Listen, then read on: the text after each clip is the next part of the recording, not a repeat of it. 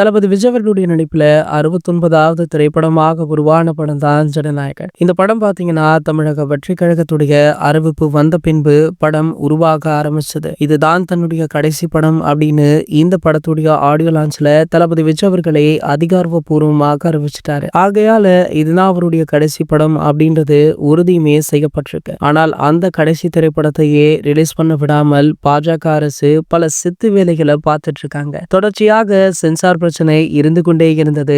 Sensor போர்டுக்கு படக்குழு படத்தை பல மாதங்களுக்கு முன்பே அனுப்பி வைக்கப்பட்ட நிலையில அதற்கான சர்டிபிகேட் கடைசி வரையுமே வழங்கப்படாமல் இருந்தது. வேற வழியில்லாமல் வழக்கு தொடரப்பட்டது. இருந்தாலுமே அந்த வழக்குல ட்விஸ்ட் மேல் ட்விஸ்ட் வைக்கிறாங்க.